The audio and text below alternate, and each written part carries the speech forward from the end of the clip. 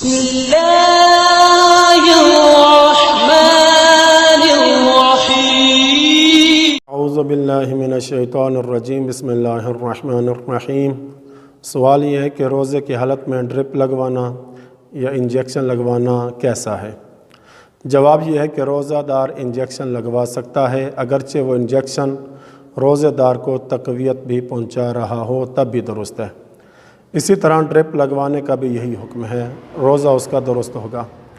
اور ایک اہم مسئلہ یہ ہے کہ بعض مریضوں کے آپریشن ہوتے ہیں تو وہ منہ سے کھا پی نہیں سکتے، تو ڈاکٹر اس مریض کے ناک میں ایک نلکی سی لگا دیتے ہیں۔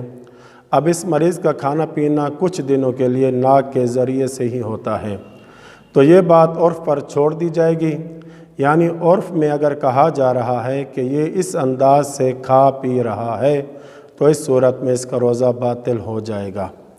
اسی طرح ایک ایسا شخص جو ناک کے ذریعے پانی پی رہا ہے، بڑا فنکار اور ماہر ہے، اس انداز سے پانی پیتا ہے، اب وہ یہ نہیں کہہ سکتا کہ میں منہ سے تھوڑی کھا پی رہا ہوں، کہتا رہے، اس کی بات کا بھروسہ نہیں کیا جا سکتا، اس کی بات تسلیم نہیں کی جا سکتی۔